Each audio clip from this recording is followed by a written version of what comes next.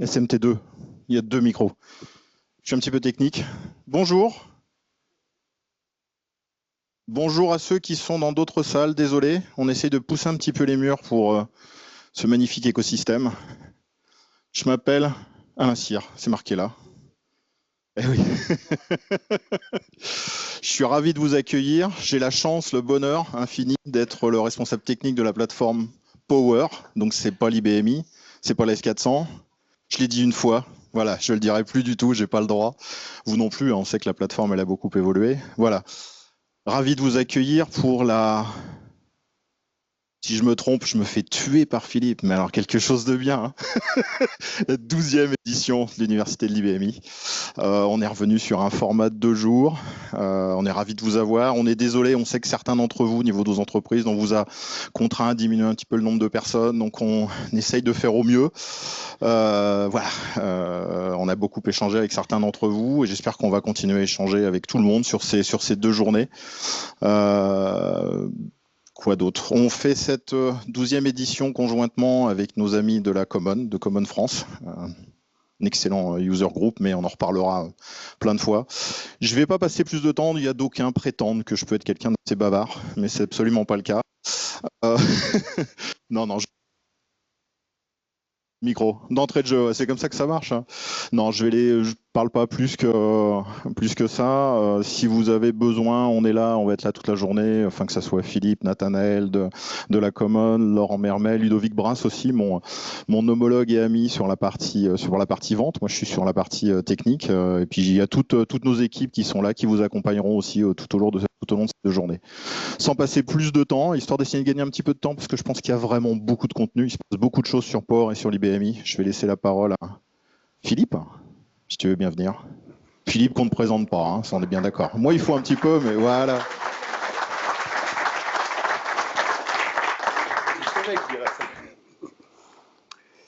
Bien, bonjour à toutes et à tous. Vous m'entendez? Parce que j'ai pas de retour, mais si, donc c'est parfait. Alain a tout dit, hein, donc la 12e édition. On a un programme effectivement assez chargé pour cette plénière. Alors déjà, quelques petites choses en fait spécifiques à cette édition 2024. Donc, pour la première fois, elle est organisée effectivement en collaboration avec le Club Common France. Donc vous avez vu, il y a des sessions sur 2 jours, il y a des sessions techniques aujourd'hui, ce matin, cet après-midi, demain matin, et puis il y a des sessions qui sont réservées en fait aux adhérents de Common, où vous pouvez toujours adhérer à tout moment, hein, donc, y compris aujourd'hui, pour les sessions donc, de demain après-midi. 52 sessions, je crois que c'est la première fois qu'on fait autant de sessions. On était monté à 42 en 2019, mais là, donc, on était monté à 50 en 2019, donc là, on est à 52.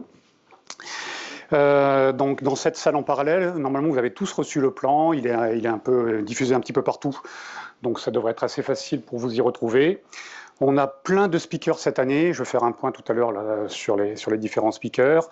Et je voudrais remercier, alors je ne sais pas si elle est là, mais particulièrement donc Birgitta Hauser, il me semble l'avoir vu rentrer, donc, qui vient d'Allemagne et qui est une des spécialistes de DB2 au niveau mondial, donc DB2 sur la plateforme IBMI. Donc elle fera plein de sessions pendant ces 2 jours. Et puis aussi donc un accueil à Charles Garino, je ne sais pas s'il est là aussi ou dans une des salles à côté, donc qui nous vient de New York, qui lui est le spécialiste, enfin un des spécialistes là aussi du développement d'applications et de l'intelligence artificielle, et qui fera aussi un certain nombre donc de sessions pendant ces 2 jours. On aura aussi la présence de Xavier Vasquez demain matin, donc en plénière. Donc Xavier Vasquez, si vous ne le connaissez pas chez IBM France, c'est le vice-président et le CTO et le directeur de la recherche et développement. Enfin, donc, il a plein de titres et il nous fera l'honneur donc demain d'intervenir pendant la plénière. Et puis on a une autre sommité, c'est Vincent Perrin, donc directeur technique chez IBM France, qui est aussi l'ambassadeur donc de l'informatique quantique pour IBM et qui fait un topo cet après-midi, si ça vous intéresse, sur l'IA, le cloud hybride et l'informatique quantique, donc la culture générale sur l'IT et sur le futur de l'IT, pas que sur la plateforme IBMI, hein, de façon générale. Voilà, on a aussi en fait pendant cette session La finale est la remise des prix de la RPG Battle Dev, donc de la deuxième édition de la RPG Battle Dev. Donc on a voulu faire en même temps que l'université IBMI pour qu'on puisse remettre les prix demain, pour que la finale se passe en fait cet après-midi, voilà, avec du monde. Donc voilà, un événement en plus en parallèle. Demain, il y aura des sessions sur les ressources. On est en train de faire une pépinière, là, donc la 15e session de la pépinière IBMI, avec OCSI, et donc il y a 14 jeunes qui seront là demain, qui sont en cours de formation. Si vous voulez les rencontrer, on peut organiser des rendez-vous, hein, on a prévu des salles à côté. Ils seront reconnaissables, ils auront un t-shirt, un hoodie bleu en fait, avec marqué OCSI Pépinière 15, donc vous les verrez, vous les repérez facilement. On a en fait un cocktail ce soir, un afterwork, organisé par le Brand Power, sur le thème de l'IA sur le Power. Je ne sais pas si on fait l'inauguration l'inauguration du P10 aussi dans le centre. Il y aura aussi un cocktail de clôture demain.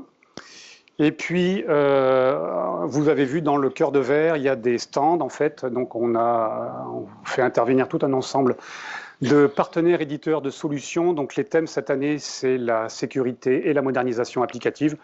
Donc n'hésitez pas à aller les voir et n'hésitez pas à suivre aussi leurs sessions. Il y a plein de nouveaux outils en fait, qui sont disponibles sur l'IBMI.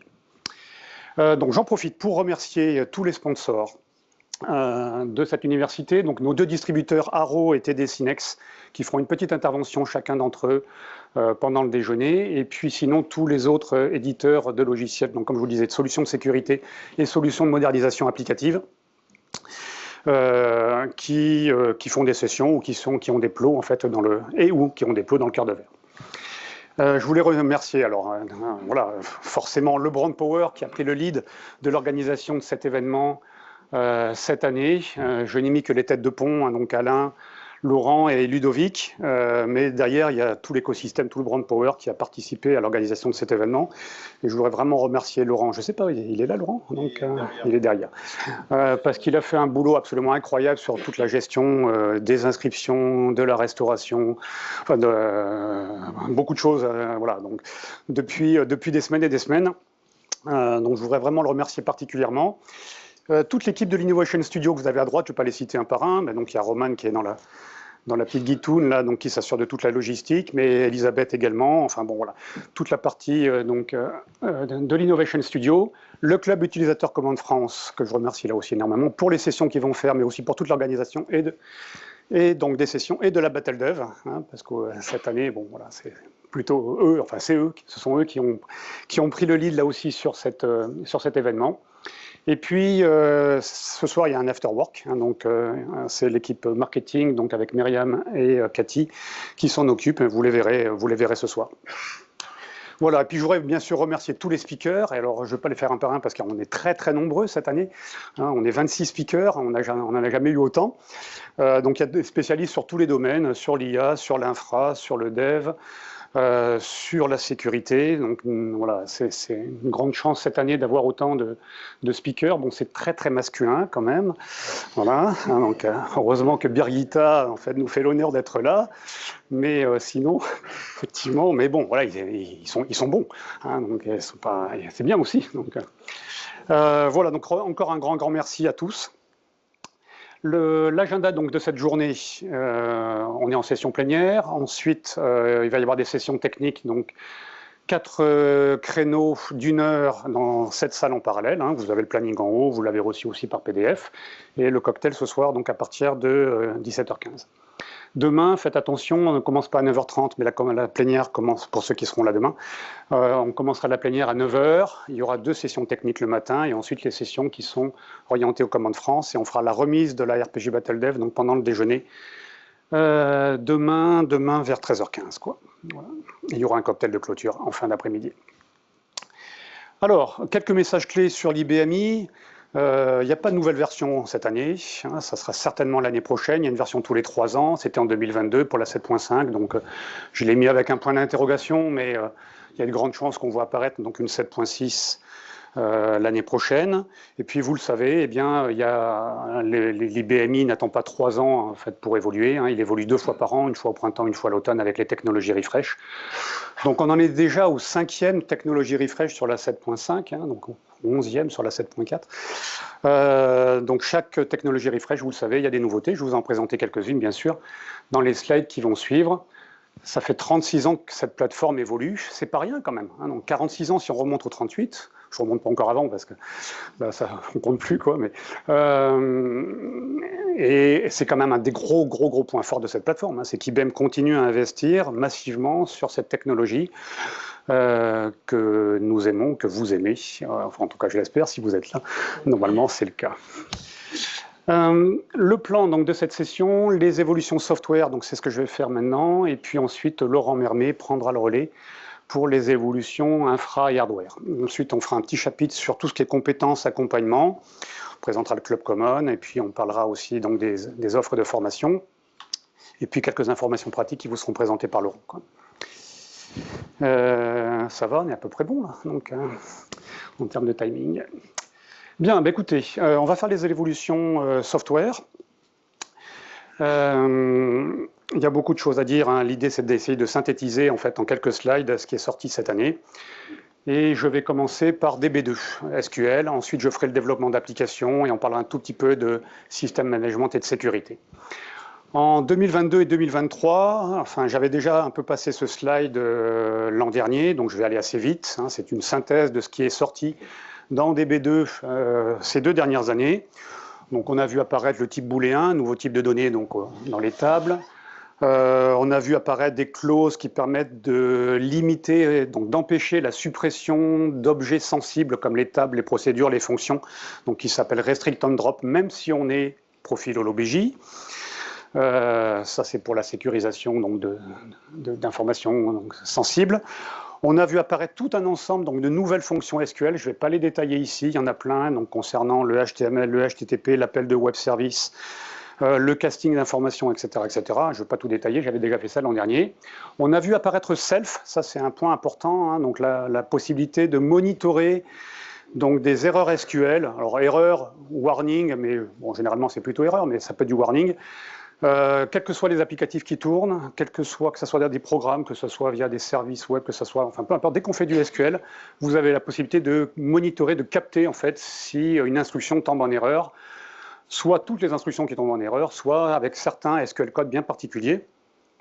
C'est assez pratique, hein, ça capture automatiquement, ça ne mange pas de performance, c'est bien moins consommateur qu'un moniteur qui capture tout, puis ensuite vous faites des filtres pour récupérer les erreurs. Là, ça ne capture vraiment que quand c'est en erreur.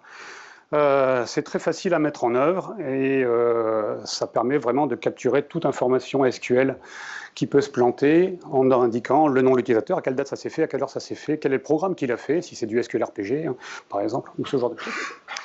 Et puis, on a vu apparaître très bien plein de nouveaux services SQL. Donc, vous savez, les services IBMI, les services SQL, hein, c'est la possibilité d'accéder à des fonctions système par SQL plutôt que de le faire par des API ou de le faire par des commandes en langage de contrôle. Donc on en a vu apparaître 97, je ne les ai pas cités ici. Il y en a 3 qui me paraissaient importants, donc, qui sont ici. Donc SendImail pour pouvoir envoyer des emails. Il a été amélioré d'ailleurs pour pouvoir envoyer plusieurs pièces jointes à plusieurs listes de distribution. Donc il a été amélioré récemment. Generate Spreadsheet qui permet donc de générer des fichiers Excel donc à partir de SQL, à partir de DB2. Donc de générer des sorties de type Excel, et puis Reply Inquiry Message, donc, qui permet de répondre aux messages d'interrogation. Donc vous voyez qu'on peut faire de plus en plus de choses en fait, avec SQL. C'est vraiment la forte tendance. Hein, donc, tous ces services-là seront expliqués, enfin seront détaillés par Birgitta, justement, elle fait une session sur ces services-là, si ça vous intéresse. En 2024, qu'est-ce qu'on a vu apparaître? Donc on a vu apparaître une nouvelle fonction qui s'appelle AnyValue, qui permet, donc, dans l'absolu, de récupérer de façon aléatoire une valeur donc, dans une colonne d'une table. J'ai la liste des projets, c'est classé par service, et je veux avoir un exemple de projet quand je groupe, quand je classe, en fait, pas quand je classe, quand j'agrège en fait par service. Je ne veux pas avoir la liste de tous les projets, je veux avoir un exemple de projet en fait qui est dans cette liste-là, donc AnyValue. Et puis on verra, enfin là je l'explique aussi cet après-midi, ou non, ce matin, là, dans la session qui vient après, ça permet d'améliorer surtout les perfs en fait sur les groupages, quoi. Donc on en reparle un petit peu. La création d'alias sur les membres, bon ça je ne vais pas insister trop, hein, mais si vous avez encore des fichiers multimembres, je sais qu'il y en a encore certains d'entre vous qui en ont, et que vous travaillez encore avec des fichiers multimembres, on a la possibilité de créer donc des alias SQL. Les alias SQL, c'est ce qui permet d'accéder à un membre bien particulier d'une table.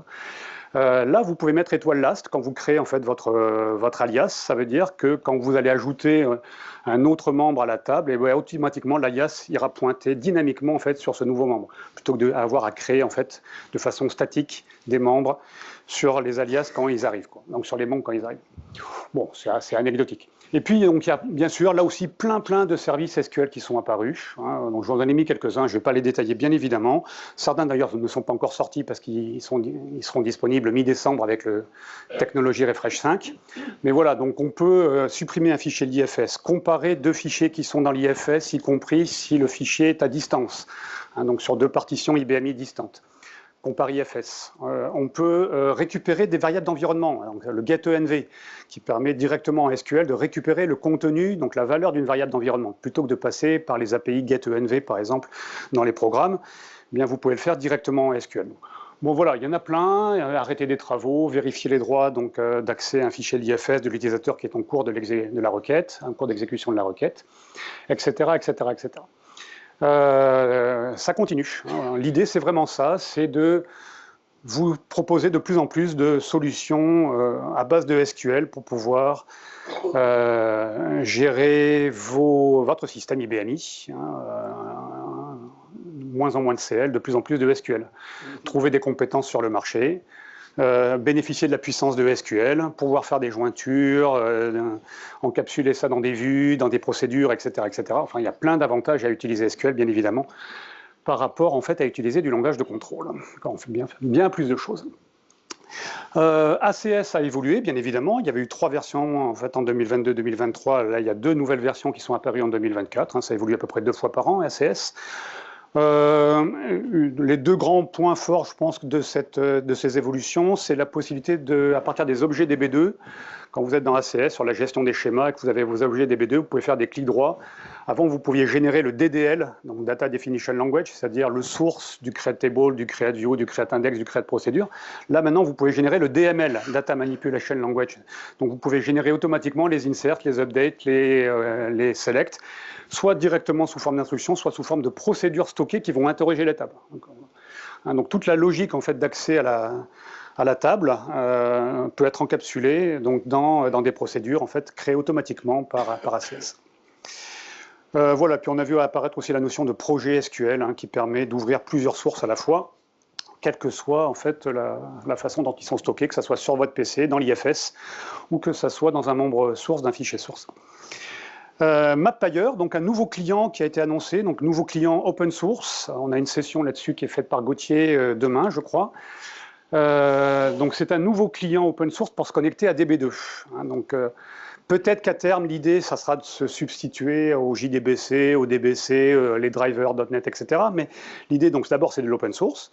Et en plus, l'idée, c'est vraiment d'avoir un client performant, ouvert, que ça soit donc en Python, que ça soit en Java, que ça soit en PHP, que ça soit en .NET, et particulièrement en .NET Core, parce que le driver d'ACS ne permet pas en fait, donc, de travailler en .NET Core. Donc celui-là, il pourra. Enfin, il peut d'ailleurs, peut-être, je ne sais pas si c'est disponible pour le .NET Core. Mais en tout cas, voilà, l'idée, c'est d'avoir un nouveau client hein, donc, qui permet de se connecter à DB2, quelle que soit la plateforme. Et puis VS Code, hein, donc VS Code, vous le savez, c'est un environnement de développement, c'est gratuit, c'est open source. Ça peut se substituer éventuellement à RDI dans certains cas, en tout cas ça se substitue complètement à SEU PDM. Et dans VS Code, donc environnement de développement, vous avez la possibilité de gérer la base de données. Et là, il y a eu énormément d'évolutions donc sur VS Code. L'intégration de Visual Explain qu'on avait dans ACS, maintenant on l'a dans VS Code. Alors elle n'est pas tout à fait visuelle, elle n'est pas vraiment graphique. Elle est texte, mais bon, c'est déjà quand même pas mal.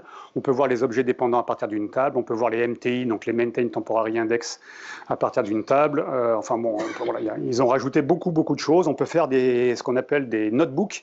Donc vous faites des requêtes DB2 et vous sortez le résultat, soit sous forme de tableau, soit sous forme de diagramme à barres, diagramme camembert, etc. etc.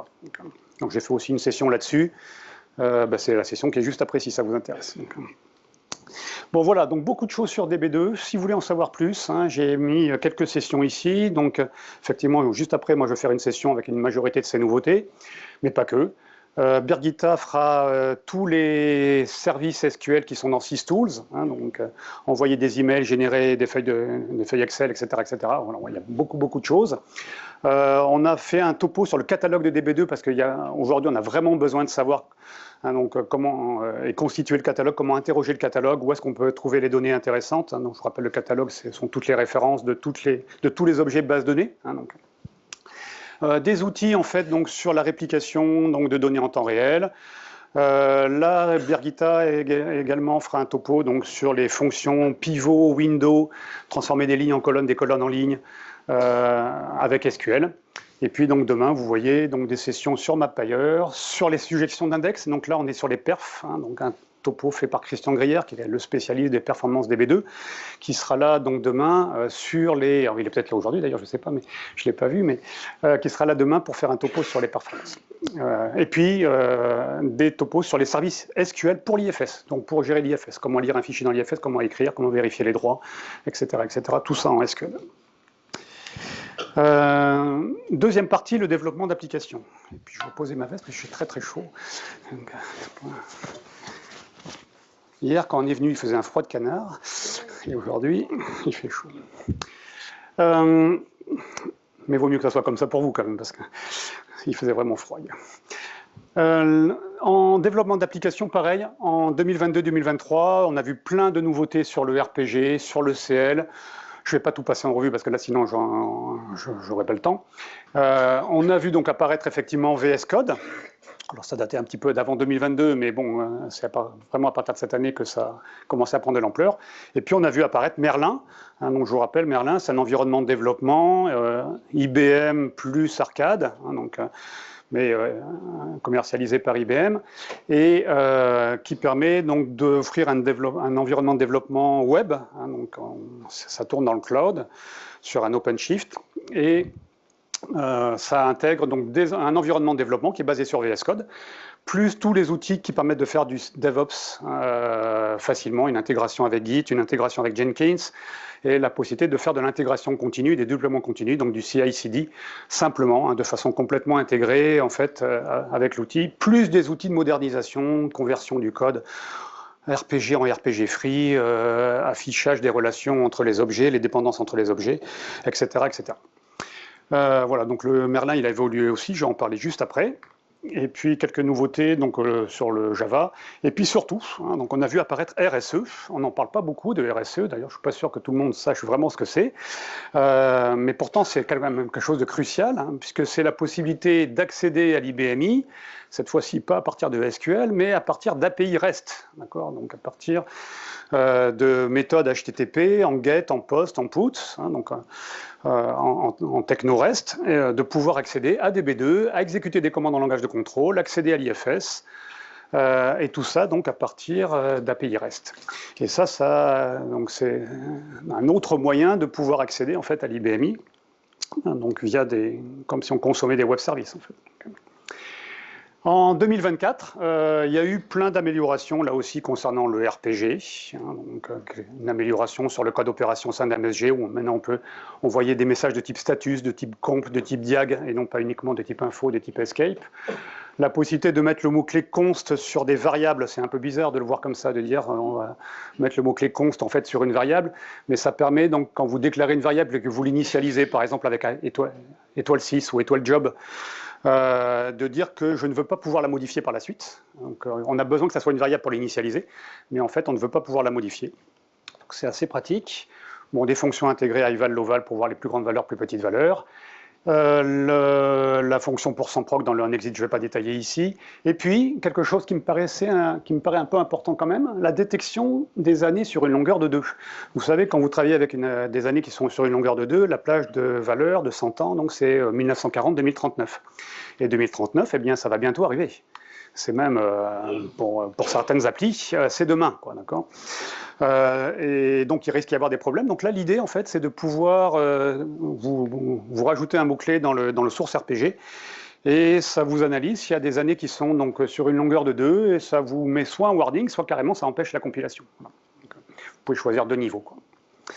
Dans RDI, arrêt du support de la RDI, du RDI 9.6. Hein, donc aujourd'hui, enfin pas aujourd'hui, mais 30 avril 2025, donc c'est bientôt, seul RDI 9.8 sera supporté. Donc je vous encourage à passer à RDI 9.8 si ce n'est pas encore fait. Ça demande une autre clé de licence, hein, mais la transition se fait gratuitement si vous avez la maintenance. On a vu 2 versions de RDI sortir en 2024, et il y en a une 3e qui sortira en décembre, donc ça évolue pas mal RDI.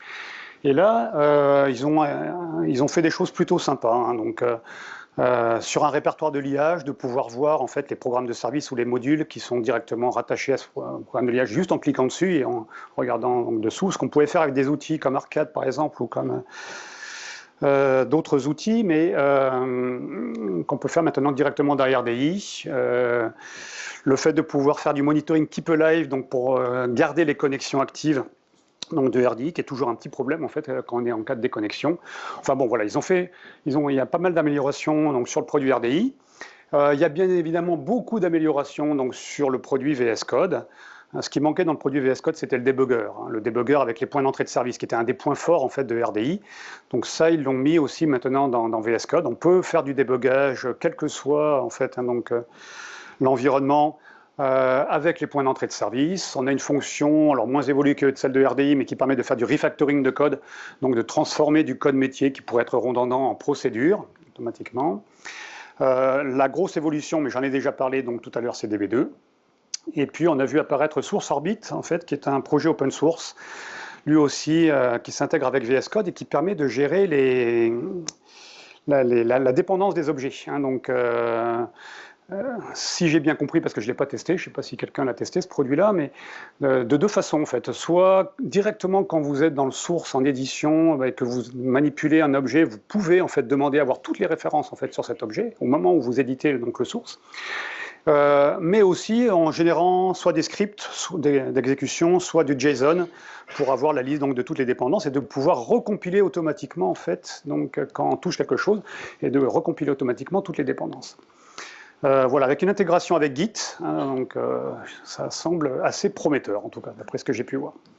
Le PHP a évolué, c'est vrai qu'on n'en parle pas beaucoup, mais le PHP continue à évoluer régulièrement chaque année. Hein, donc la version 8.3 de PHP est supportée aussi maintenant aujourd'hui, bien sûr, sur l'IBMI. Et puis on a eu une version 2 de Merlin, hein, donc, qui, avec le gros avantage, en fait, c'est qu'elle peut s'exécuter dans un container OpenShift seul, hein, voilà, plutôt que d'avoir donc de multiples nœuds. Hein, donc on peut le faire ce qu'on appelle le single node OpenShift. Donc.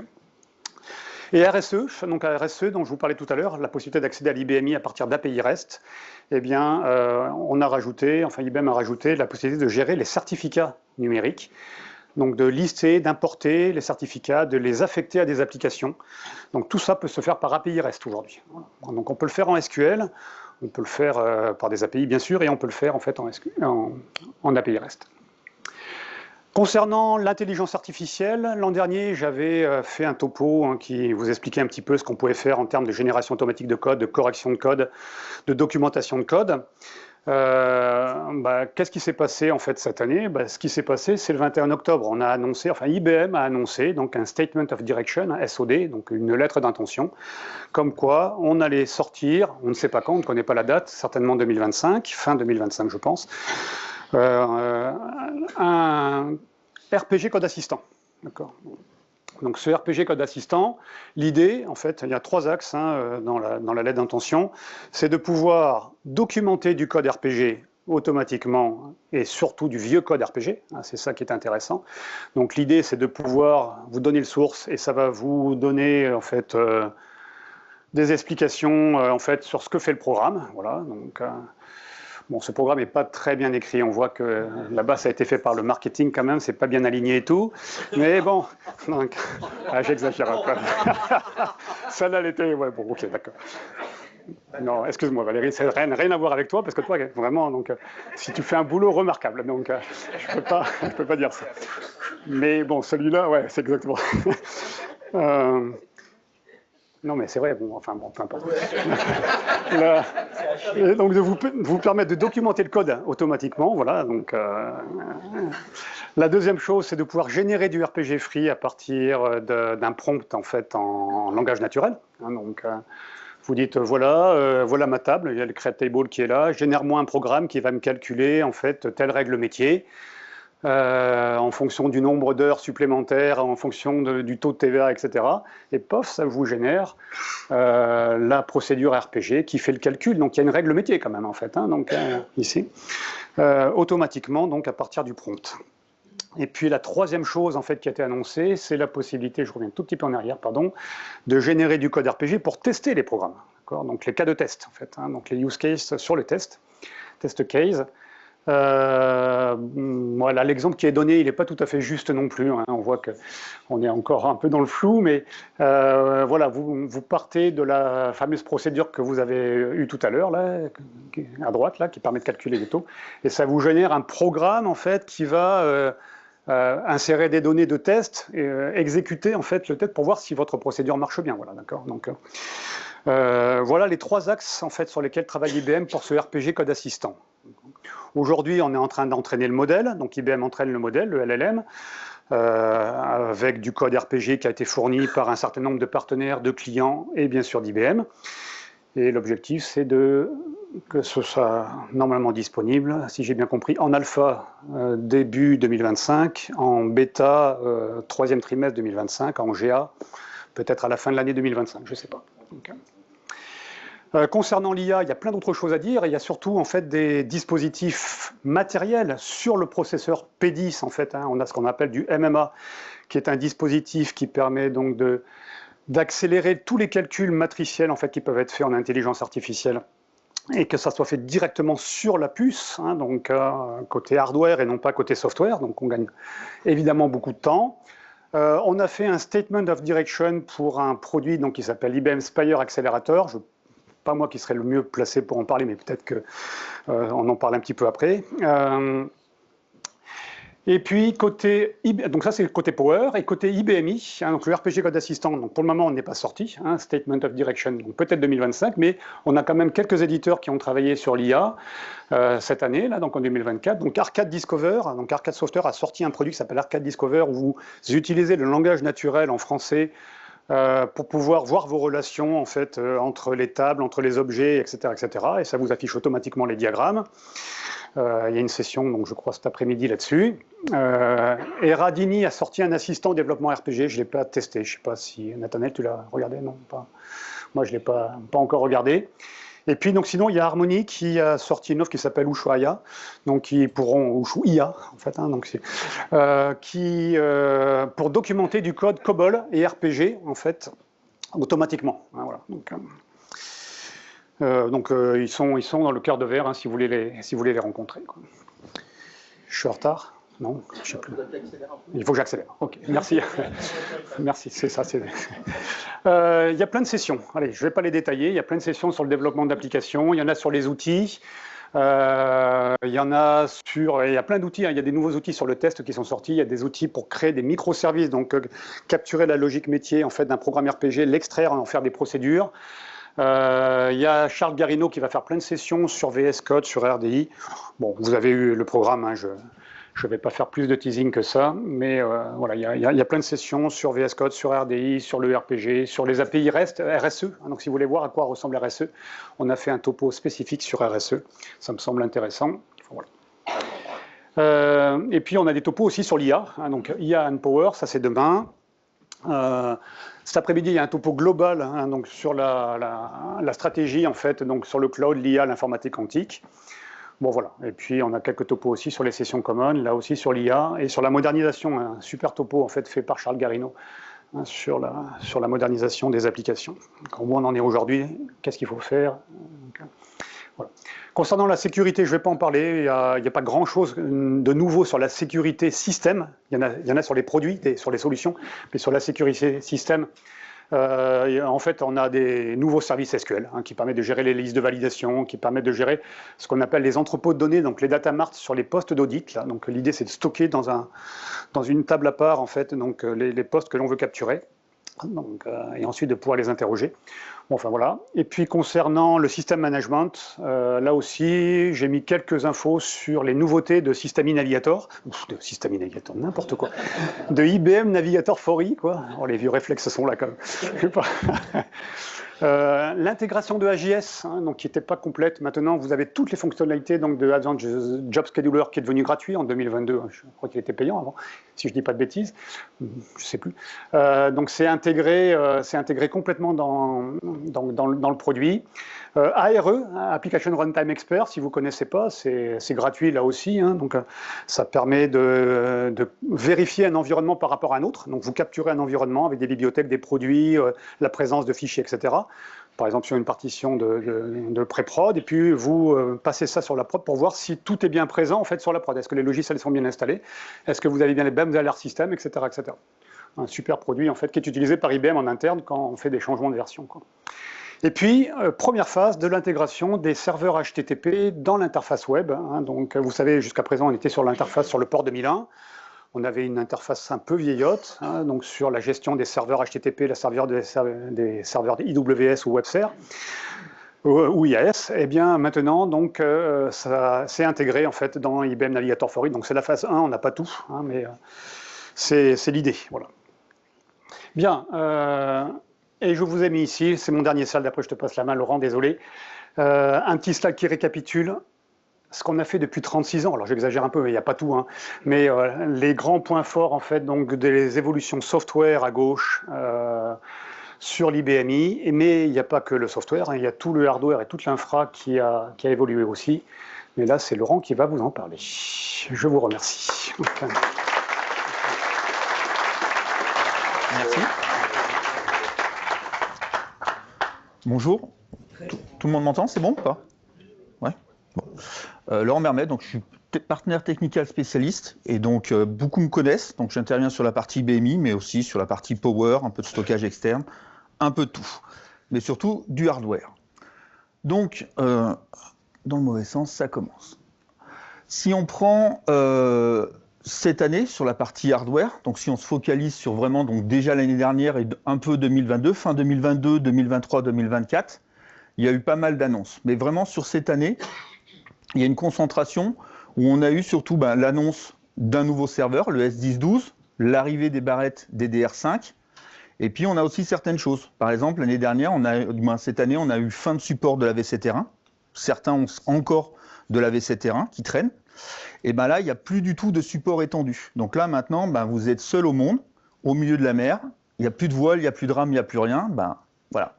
Il va falloir changer, aller vers la V7R3, qui a arrêté aussi de support, du moins, qui est en support étendu. Donc peut-être 7.4, 7.5, voire une future version. Donc il faudra penser à évoluer.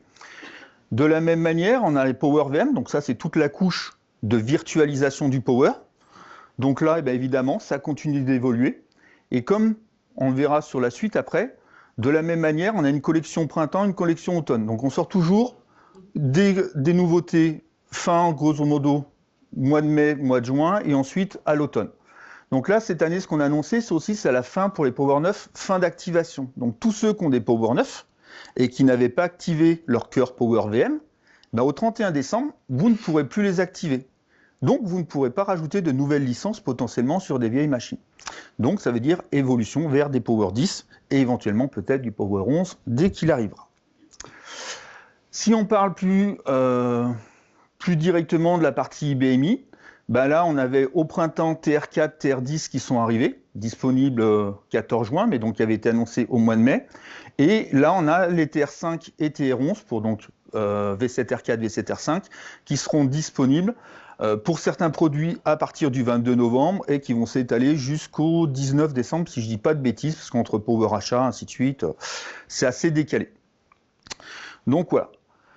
Cette année aussi, on a eu pas mal de choses, notamment l'arrivée du S10-12, donc une gamme complète. Donc vous allez avoir le plus petit modèle, le 10-12, le 10-14 qu'on connaissait déjà, donc qui est arrivé depuis 2022, 10-14, 10-22S, le 10-22 le grand, 10-24 et puis après 10-50 et 10-80. Le 10-50 qui ne fait pas d'IBMI, évidemment.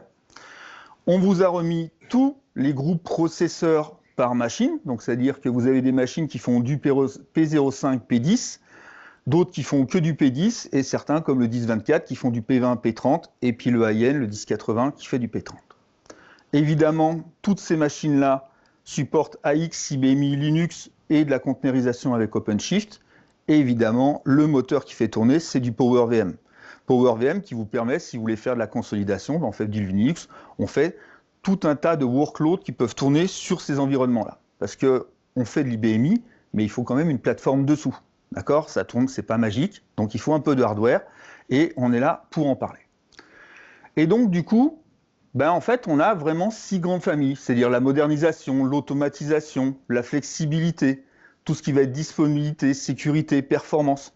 Tout ça, c'est lié à une plateforme, le Power, qui va se connecter avec du stockage externe, qui va utiliser des logiciels, aussi bien pour de la réplication hardware, pour de la réplication logicielle, ça peut être de la sécurité, PowerSC. On a tout un tas de choses, de logiciels, toute une gamme complète qui tourne autour de cette plateforme. Et le but, c'est vraiment de se dire, cette plateforme-là, elle ne fait pas que de l'IBMI. C'est-à-dire que demain, on fait de l'IBMI, mais on peut très bien avoir des machines qui font du Linux en même temps, qui vont faire de l'AX, et le but, ou de la conteneurisation. Le but, c'est vraiment d'utiliser une plateforme en ultra-consolidation et de se dire, je suis capable de faire quelque chose en plus. Et pour ça, il y a toute une gamme de produits qui va tourner autour. Si vous pouvez faire de la modernisation, donc on l'a dit, open source, Red Hat, du Merlin, du Freeform, l'automatisation, Ansible, PowerVC, on peut faire de l'APM, de l'ARM, Instana, Turbonomic. On a toute une gamme qui va couvrir tous les besoins. Si on va aller vers du cloud, PowerVS, Power Private Cloud, on va parler aussi de souscription puisque les modèles ont changé. Tout ça, on va le retrouver petit à petit. Donc, je ne vais pas aller aussi loin que Philippe. Moi, cette nuit, je n'avais pas beaucoup de temps. Donc, j'ai résumé. Donc, voilà. Donc, les sessions, donc, infra, hardware, stockage. Donc, la première, donc, qui suit, donc, les annonces hardware et software. Donc là, on fait un petit récap et notamment, on va parler de souscription pour ceux qui ont goûté cette année. On a des sessions sur Power Private Cloud, donc PPC avec notre ami Sylvain Desnoes. On a du stockage externe avec Antoine Maille cet après-midi. Il y a du OpenShift avec notre ami Thibault. Il y a du stockage interne aussi demain avec Jean-Luc et Ludo. Et puis aussi toute la partie IBMI dans le cloud. Pour ceux qui veulent aller faire du système management, tout à l'heure, petite session avec PowerVC et Ansible. Il y a aussi toute la partie IOPS. On va pouvoir traiter de la performance avec Monsieur Ludovic Ménard, donc éplucher l'oignon. Si vous voulez voir la performance et un show de Monsieur Ménard, n'hésitez pas. Disponibilité BMI, donc les solutions de résilience, Monsieur Nicolas Fraisse. Comment passer de FTP à SFTP? Ça peut paraître trivial, mais des fois c'est assez sportif, donc ça peut être marrant. Le système management, en 1 heure, quelques conseils. Toute la partie et demain après-midi, donc les sessions du Common, il va avoir pourquoi et comment conduire une analyse de performance en 2 sessions d'1 heure, et là avec des vraies données clients. Donc là, ça va être assez sympathique et c'est du live, c'est-à-dire qu'on a récupéré les collectes hier et on va les analyser en direct. Donc du coup, ça peut être assez marrant. Et puis une session sur Grafana.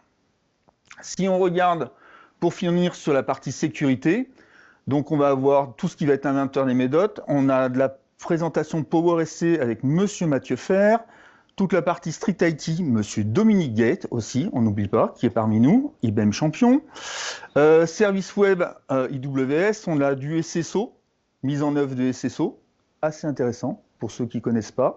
Et puis après, renforcer la sécurité 5250, les serveurs intégrés et une démonstration de PowerSC, notamment avec du MFA et la partie antivirus. Bah oui, parce qu'on peut avoir de l'antivirus aussi sur un IBMI. Eh oui, donc voilà, donc ceux qui sont intéressés, demain, 11h30. Donc voilà, et puis j'ai tenu le temps, hein. Donc voilà, la suite avec le Common.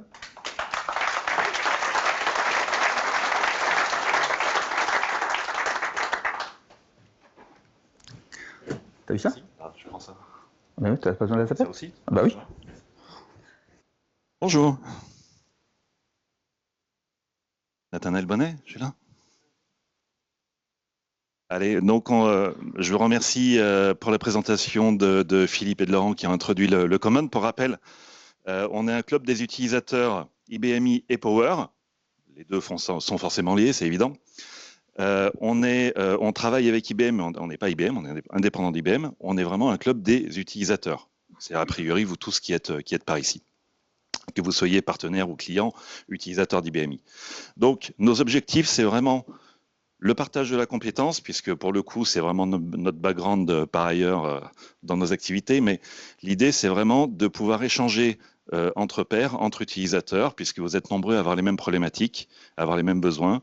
Et l'idée est vraiment de pouvoir échanger sur tous ces sujets-là, de pouvoir faire tourner l'information, de pouvoir améliorer justement les compétences de chacun en partageant toutes les informations telles qu'elles vous sont distribuées dans ces événements. Voilà, donc c'est vraiment relativement open, ça c'est nos missions fondamentales. Maintenant, encore une fois, si vous avez des idées, évidemment, on est là pour ça et on est là pour justement agréger et présenter toutes les initiatives que vous pouvez avoir. Donc ça, c'est vraiment l'objectif. Aujourd'hui, qu'est-ce qu'on fait? Aujourd'hui, on organise des événements physiques, comme c'est le cas aujourd'hui avec IBM et principalement demain après-midi où on a des tracks spécifiques réservés aux adhérents. On a des événements toute l'année sous forme de webinaires, on a des événements aussi physiques régulièrement avec des thématiques différentes. Et puis, on a d'autres activités. Philippe a parlé de la Battle Dev, je reviendrai une seconde dessus. Et on a d'autres avantages, on va dire, pour les adhérents. Ça, c'est ce qu'on fait aujourd'hui. Encore une fois, on est tout à fait à l'écoute de toutes les propositions, de tous les besoins que vous pouvez avoir pour organiser des choses différentes. Donc aujourd'hui, on a déjà réalisé un certain nombre d'événements physiques divers et variés, que ce soit pour le coup ici également, IBM, mais aussi dans d'autres endroits. Soit des labs, par exemple, on a eu des labs techniques autour de l'ILE, autour de web service, autour de SQL. On a eu des journées également avec des intervenants externes. Je pense, c'était l'intervenant de Zatas qui était orienté, qui est un acteur sécurité réputé en France, je ne sais pas si vous connaissez, qui était intervenu du coup pour Common également. Il y a également des webinaires, j'ai pas mis de photos pour les webinaires, ça a mon intérêt, d'accord, mais évidemment on a des webinaires sur différents sujets. Et l'idée c'est vraiment celle-ci, c'était d'avoir des sessions vraiment pratiques, avec des accès aux machines sur lesquelles on a pu travailler, on a pu se connecter, on a pu faire du web service, on a pu faire du SQL. D'accord, donc c'est vraiment du concret, j'allais dire, et utile. On a différentes activités, donc par exemple, vous pourrez venir nous voir, puisqu'on a un stand, on a un plot Common France dans le cœur de verre, et vous pourrez nous voir. Cette année, par exemple, on a édité un jeu de cartes. On s'est fait plaisir un petit peu, mais on a édité un jeu de cartes. Alors c'est un petit jeu de société, mais avec des vraies règles, des points, et puis ça dépend si vous êtes joueur, si vous jouez pour votre vie à chaque fois ou si vous êtes détendu, mais on peut compter les points, on peut faire des concours, ok, on verra ça. Donc on a fait un petit jeu de cartes et l'idée c'est d'avoir un truc participatif. Il y a plusieurs catégories, développement, sécurité, d'accord. Mais surtout, l'idée c'est de dire, on a fait une édition 2024.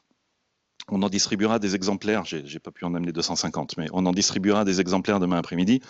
Mais l'idée, c'est aussi que vous puissiez participer aux prochaines éditions. Donc, on va mettre en ligne bientôt un formulaire sur lequel vous pourrez proposer des questions, d'accord, et vous pourrez proposer des nouvelles questions pour les éditions suivantes, et on fera des rééditions 2025 complémentaires, et on trouvera des modalités autour de tout ça, d'accord. Peut-être on fera un concours en 2025, on verra comment on peut s'organiser. Mais en tout cas, l'idée, en tout cas, c'est aussi de fédérer. C'est plutôt ludique, mais l'idée, c'est d'intégrer une dynamique et de pouvoir fédérer des choses derrière qui vont ressortir. Okay, donc, des choses comme ça. On a aussi la grosse nouveauté sur cette année pour les adhérents de Common, c'est que on a nous-mêmes adhéré à Common US. Et on a capacité maintenant à vous fournir des accès sur la base de connaissances de Common US. La base de connaissances de Common US, c'est à peu près 600 contenus sous des formes diverses et variées. Il y a de la vidéo, il y a de la présentation PDF, il y a des bootcamps, il y a différentes modalités. Évidemment, c'est globalement en anglais. Okay, mais c'est de l'anglais technique, ça se comprend quand même pas mal. Et donc aujourd'hui, si vous êtes adhérent Common France, on a un certain nombre de logins qu'on peut vous fournir sur cette base de connaissances. Okay, donc n'hésitez pas, ça c'est une vraie plus-value. Il y a différents niveaux d'abonnement, mais ça vaut facilement $200 US quand même l'accès à la base, d'accord. Donc c'est un vrai cadeau. On travaille aussi avec Common US, alors il n'y aura rien d'immédiat, mais on travaille avec Common US pour avoir des contenus français dedans. Donc on va traduire certains contenus, on va proposer nos contenus aussi en français. Ça intéresse aussi d'autres pays francophones, donc il y a aussi matière à fédérer aussi des choses à l'intérieur. Donc ça, c'est une vraie initiative de cette année. On s'est bagarré pour avoir ça, mais vraiment, c'est super intéressant. Vous avez également, au travers de Common Europe, qui est une organisation qui fédère les différents commons nationaux, en Europe évidemment. Vous avez tous les ans un congrès. Cette année, il est en Suède, à Göteborg. Je vous ai remis les dates ici. 150 sessions. J'ai pas encore le nombre de speakers, mais voilà, il y a au moins 70 speakers sur des sujets divers et variés avec de l'AI, du Power, du Linux. Mais il y aura également de l'AI et des choses comme ça, évidemment. Et là aussi, en étant adhérent de Common France, vous avez des tarifs, vous avez un discount sur les de Common Europe, qui est quand même la grand-messe en Europe avec les speakers internationaux que vous pouvez retrouver, des speakers français également qui participent à Common Europe, etc. Donc là aussi, allez-y, vraiment, il y a beaucoup d'informations dedans. Je ne sais pas combien il y avait de participants sur la dernière édition, mais je crois que c'était plus de 400, à peu près.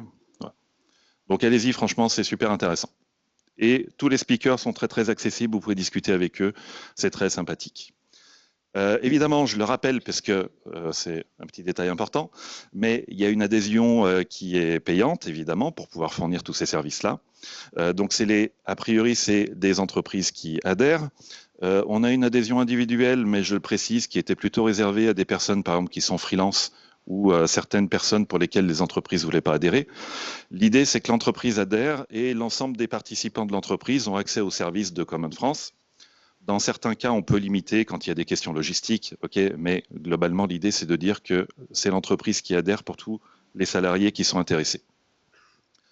Et je voulais simplement préciser et remercier quand même le bureau de Common France aujourd'hui, parce que derrière cette organisation-là et ses services, c'est une équipe de bénévoles qui n'est pas rémunérée, qui prend sur son temps libre, qui prend sur son temps de travail également, pour fournir ces informations et ces services. Et je voulais les remercier. Je pense qu'ils sont pas encore tous là aujourd'hui, mais la plupart sont là. Et vous pourrez nous retrouver. On a un plot dans le cœur de verre. On est là pendant les 2 jours. Vous pouvez nous retrouver pour venir discuter de nos activités et de vos besoins et de tout ça.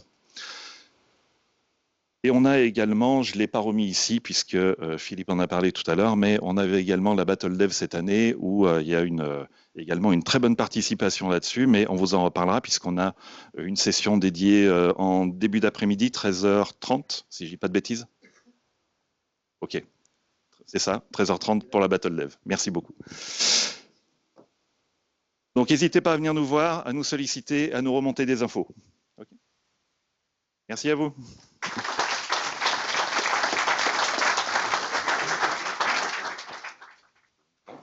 Merci.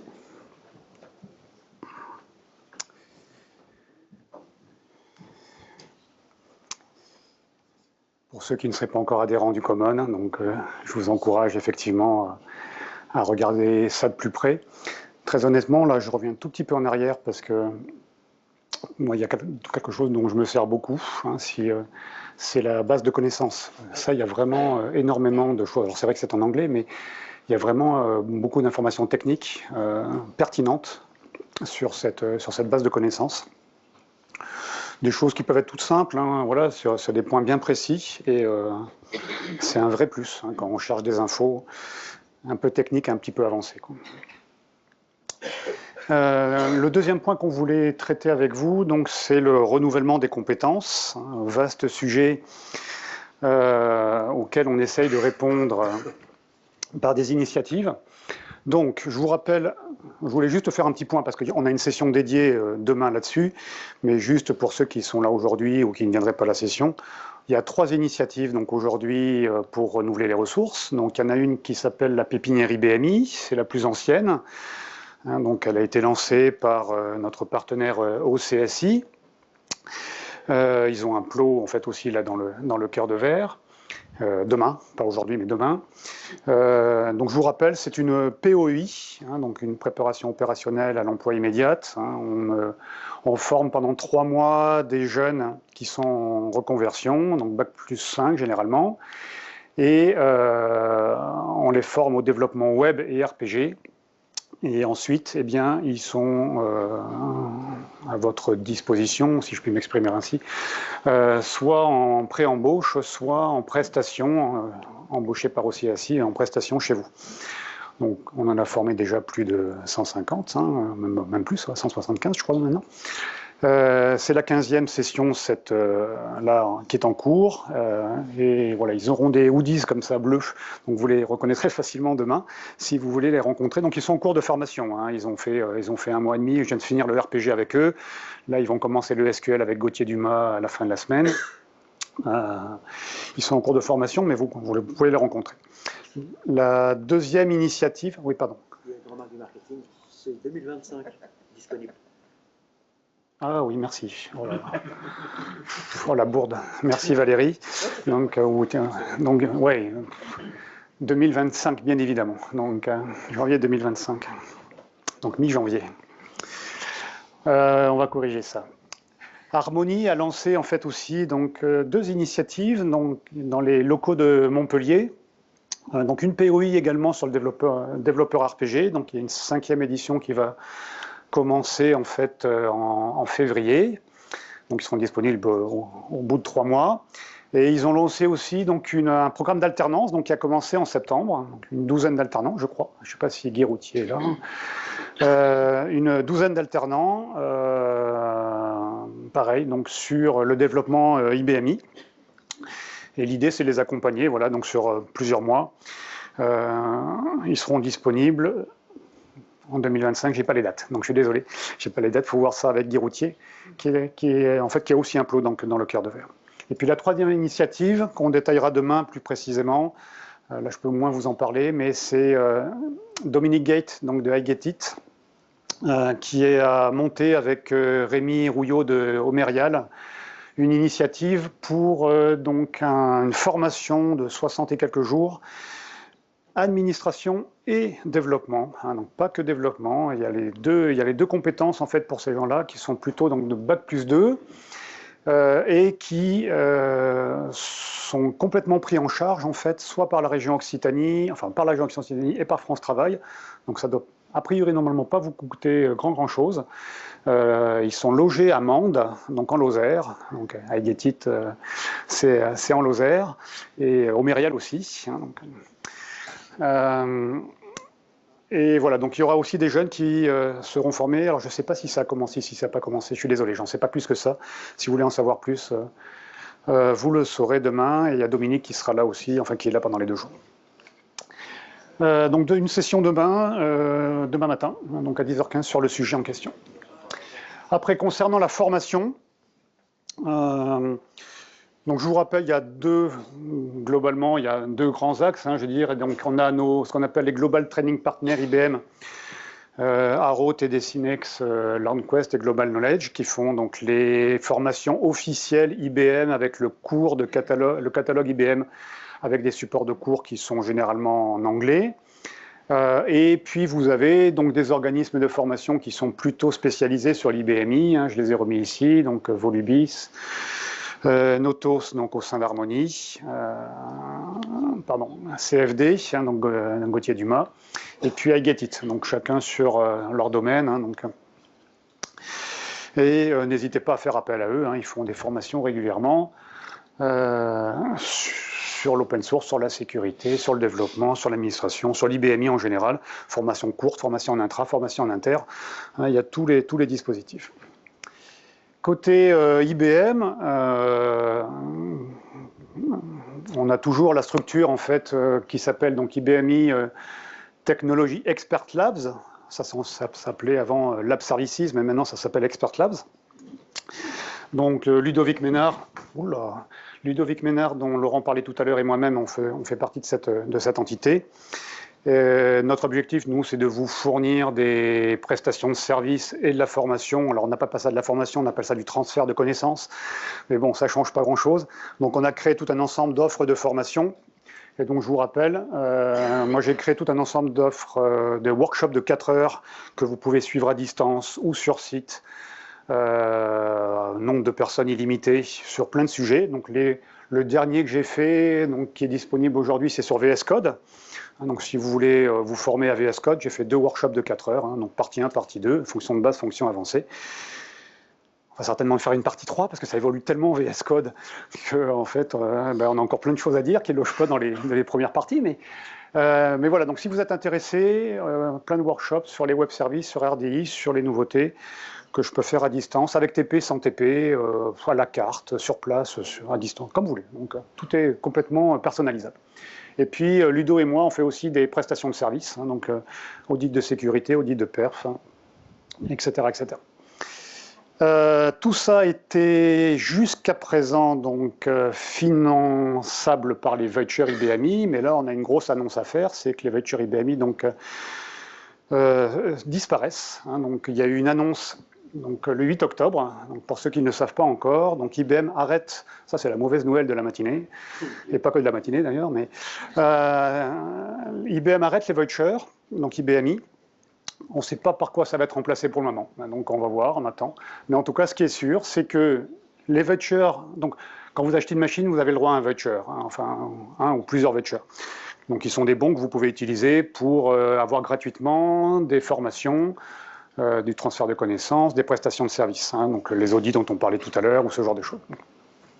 Ces vouchers donc, ont une date d'expiration, normalement c'était 5 ans par rapport à la date de l'installation de la machine, du serveur, et tout ça s'arrête. Hein, donc, ça veut dire quoi donc, concrètement? Ça veut dire que les vouchers qui expirent fin 2024, et il y en a, j'ai regardé là parmi vous, parmi les clients qui sont dans la salle, ou dans les salles, il y en a plusieurs dont les vouchers expirent fin 2024. Ceux-là, si vous les enregistrez avant mi-décembre, et pour les enregistrer, vous me demandez comment faire, c'est pas compliqué, vous me donnez le numéro de série, et puis voilà, donc, et après on se débrouille. Si vous les enregistrez avant mi-décembre, vous pourrez les utiliser au premier trimestre 2025. Tous les autres vouchers, ceux qui expirent en 2025, en 2026, en 2027, en 2028 ou en 2029, vont tous s'arrêter fin 2025. Donc ça veut dire que si vous avez des vouchers, il faudra les enregistrer avant le 30 septembre et vous devrez les utiliser. Donc je vous rappelle, ça permet d'avoir gratuitement des prestations, mais avant la fin de l'année 2025. Donc revenez vers moi, j'ai plein de choses à faire si ça vous intéresse. C'est pas forcément Ludo et moi, ça peut être des experts de Lab Services, ça peut être des partenaires, ça peut être des experts de Technology Expert Labs Europe ou monde, hein, il n'y a pas que Ludo et moi. Mais n'attendez pas le dernier moment, quoi. N'attendez pas le 25 septembre pour enregistrer vos vouchers, s'il vous plaît, parce que sinon on ne va pas s'en sortir. Mais n'hésitez pas non plus à les utiliser, parce que sinon ils sont perdus. Voilà. Ils seront perdus. Ensuite, les événements concernant l'IBMI. Je les ai mis en grisé, ceux-là, parce que ce sont tous les événements qu'on a déjà fait cette année. Je vous rappelle, il y a un certain nombre d'événements qui sont un petit peu, je dirais, récurrents. Hein, donc, le Open Your Eye, 4e édition, donc organisé par Arcade avec tout un ensemble de partenaires, qui se faisait en distanciel, mais là qu'on a fait en présentiel puis distanciel, qui est toujours en français, hein, et qui a lieu généralement au mois d'avril. Ensuite, on a un événement donc, qui certainement va devenir récurrent, c'est l'événement Security qui se passe à Montpellier, dans les locaux d'IBM Montpellier, qui est une journée dédiée, enfin une journée et demie même, qui est dédiée complètement à la sécurité, donc en français également, sur Montpellier, organisé par iGetIt, Dominicate. On a un 3e événement donc, qui s'appelle I Believe, donc 5e édition. Là, ça y est, c'est parti pour une belle vie. Organisé par ITIS, qui a aussi un stand dans le cœur de verre, plus des partenaires. Vous voyez, 157 participants, pas mal en distanciel. Alors j'ai mis les participants vraiment clients et partenaires, hein, pas le staff qui organise et tout ça. Et puis on a des événements qui sont organisés régulièrement, ils sont pas vraiment, enfin ils sont récurrents, mais il n'y a pas de nom particulier, mais qui sont organisés par un partenaire CD Invest. Ils sont belges, ils sont belges, hein, c'est ça, CD Invest. Avec Koen Descortes, qui est vraiment un spécialiste en fait de l'IBMI, mais de très très haut niveau, et qui fait régulièrement des sessions, là aussi en France, donc soit à Montpellier, soit à Paris. La prochaine, c'est le 5 décembre. Donc, Voilà, je vous ai mis les liens vers les replays si éventuellement vous êtes intéressé. Ensuite, on a la RPG Battle Dev, donc c'est la 2e édition, concours de code en développement RPG. 79 participants, c'est ça que tu disais Nathanaël cette année. Donc soit en équipe, soit en individuel. Et on est super content en fait que vous ayez répondu à l'appel. Moi j'ai reçu plein de mails en fait, donc de participants qui disaient que c'était vraiment chouette de pouvoir en fait faire du fun avec le RPG, de se challenger et tout. Donc n'hésitez pas, on fera certainement une 3e édition l'année prochaine à lancer vos équipes ou vos développeurs RPG à contribuer à faire des équipes et à développer en fait du code.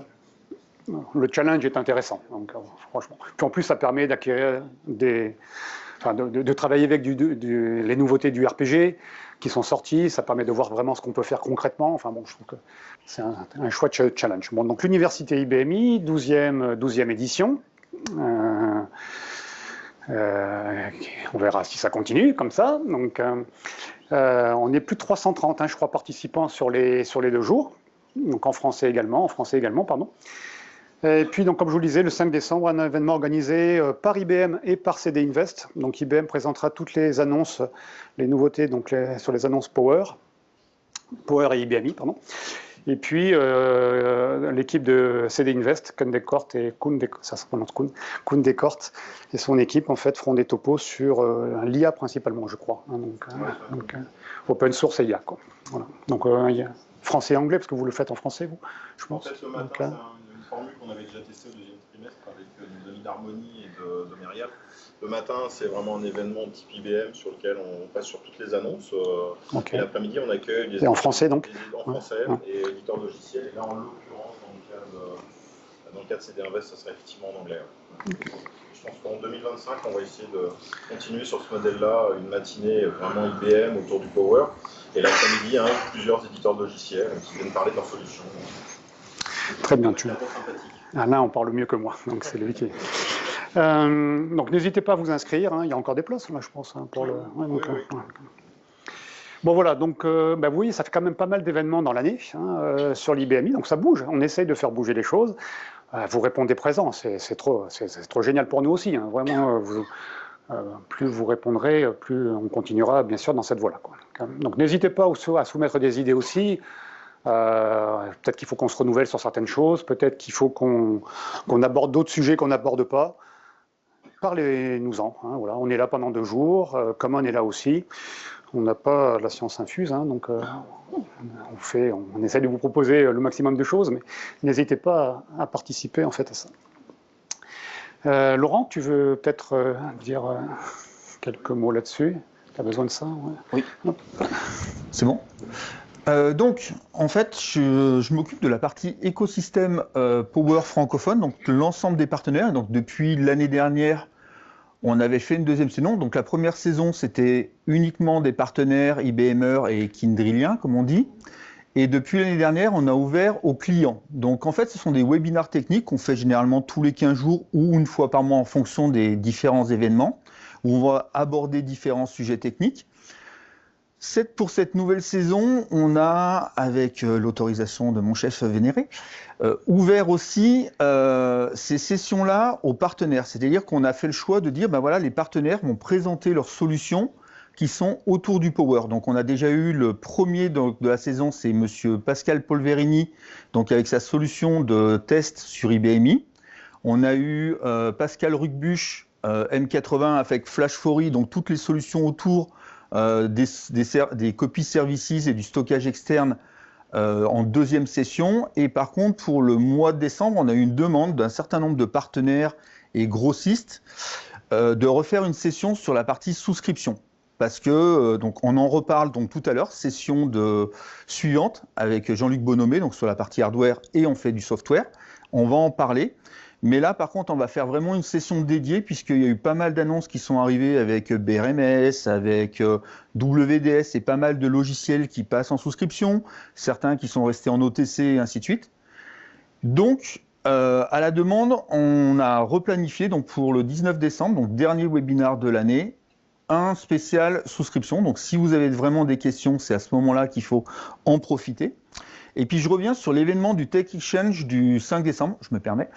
Donc pour la matinée annonce, en fait, il y a des nouvelles choses qui sont arrivées, notamment il y a un produit, donc IBMI Migrate While Active, qui a été annoncé le 22 octobre, et on en parle très rapidement tout à l'heure, parce qu'on est en train de monter une maquette pour pouvoir tester. Et là, on fera vraiment un topo dédié le 5 décembre. Donc, pour ceux qui sont intéressés pour des cas d'usage de migration vers du cloud ou d'autres machines, ainsi de suite, eh ben, c'est la bonne occasion de venir écouter la bonne parole.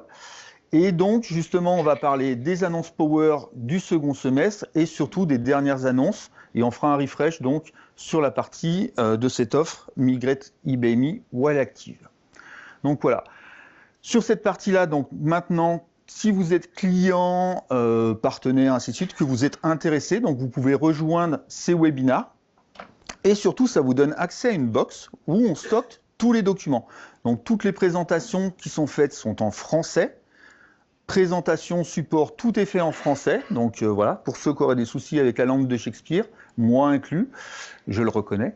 Donc, pas de problème, vous pouvez venir, c'est en français. Donc voilà, et si vous voulez vous inscrire, n'hésitez pas, vous avez mes coordonnées, ou sinon vous vous inscrivez sur le lien là, et vous pourrez directement suivre les sessions. Pour finir, les informations pratiques. Alors, on s'est dit cette année, pour le cocktail, on va innover. Donc, il y a deux cocktails aujourd'hui, à midi et ce soir, et demain, même refrain. Et on s'est dit, en fait, tout simplement, pour que ce soit plus sympa, on a fait une série d'EcoCup. Et on s'est dit, on va faire du green, donc EcoCup 100% recyclable, encre éco-responsable, et c'est surtout 100% français, et ça vient de la Plastic Valley Saint-Martin-du-Frêne. Je viens de là-bas, donc je connais. J'en profite. Ben non, c'est pas moi qui l'ai fait, mais c'est à côté. Donc voilà. Donc, tant qu'à faire. Hein. Donc il y a 8 formats différents. Donc il y en a qui sont donc évidemment dédiés à la bière. Hein. Donc il y aura un noir, un bleu pour la bière, et tout le reste pour tout ce qui partit au soft, ainsi de suite. Si vous voulez boire votre vin dedans, rien ne vous interdit. Mais en tout cas, il y a 10 formats complètement différents. Donc, après, j'imagine que vous allez tous dans des concerts, au match de rugby, peut-être de foot, mais bon, chacun fait ce qu'il veut, en l'occurrence. Donc, vous avez l'habitude d'utiliser des gobelets en plastique. Donc, ils ne sont pas jetables, ils se réutilisent. Donc, si possible, vous le gardez le temps du cocktail, voire de la journée. Après, si vous voulez faire une collection, je ne pourrais rien dire, mais bon, ça peut être tentant pour certains. En tout cas, voilà. Donc, le but, c'était vraiment de se dire, pour les cocktails, voilà, en même temps de faire un support, de rappeler l'IBMI. Donc voilà, c'était un peu notre petite pub à nous. Autre point important, j'ai perdu mon badge, non, il est dans ma poche.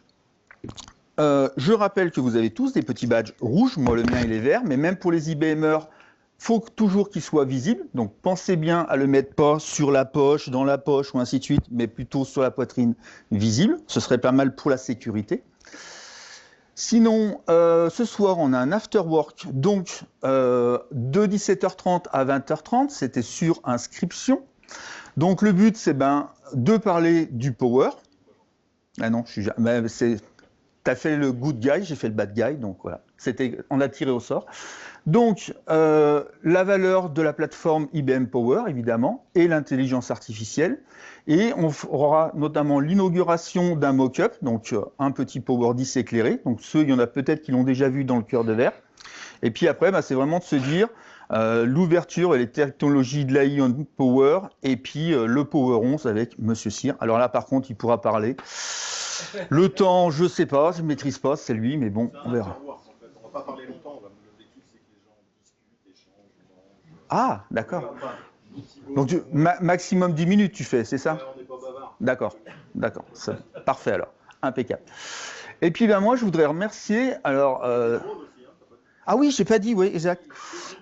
Ouais, voilà. Donc en fait pour l'animation ce soir pendant le cocktail, on a à la sortie du cœur de verre, il y a une bataille de drones. Donc il y aura une grande cage avec la possibilité de jouer en équipe, ainsi de suite, avec des petits drones façon Harry Potter, c'est ça, si j'ai bien compris la...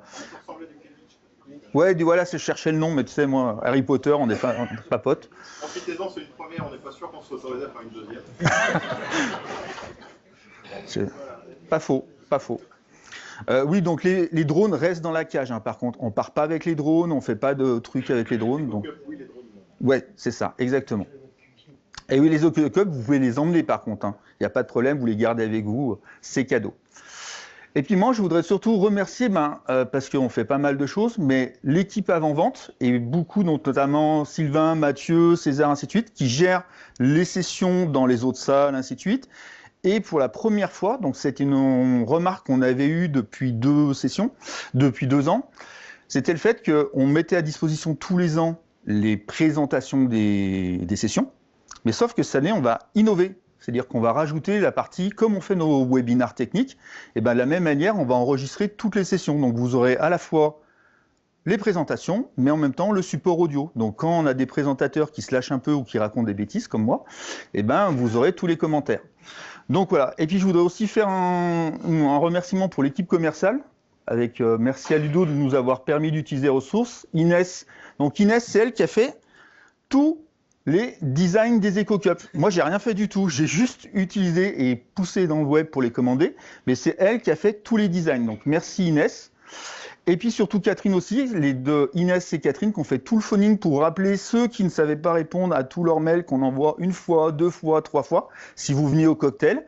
Et ben quand vous avez été appelé, c'est par Inès et Catherine. Donc voilà.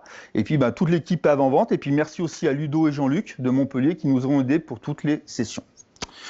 Donc voilà. Donc là, pour la suite, donc 11h15, ça reprend. Donc là, on va avoir une petite pause. On doit être dans les temps, pas mal, 2 minutes, parfait.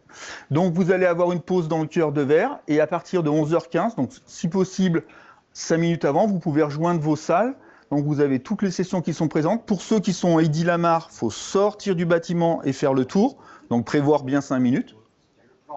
Oui, et voilà. Voilà, Philippe est parfait, il a mis le petit plan, donc vous sortez du cœur de verre, à droite, à gauche, tout droit, et ensuite vous avez Idy-Lamar, et on vous accueille. Si vous êtes un peu mouillé, c'est qu'il pleut. Ah, mince. Bon, pas de souci. Donc voilà, après c'est pareil, donc Philippe a prévu au maximum la capacité des salles, mais certains sujets peuvent être plus intéressants que d'autres, donc faites attention, essayez d'anticiper pour aller dans vos salles, parce que vous n'êtes pas garanti d'être assis à 100%. Donc voilà, en tout cas, merci à tous, on vous souhaite de bonnes universités, et puis à tout à l'heure.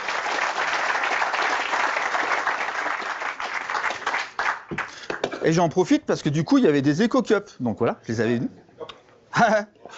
J'arrête jamais en fait. Donc, ah bon, mince alors. Donc, vous voyez, ils sont comme ça. Il y en a plein. Donc, s'il y en a qui sont intéressés, c'est au passage, distribution parce que ce ne sera qu'au cocktail. Donc voilà, donc premier arrivé, premier servi.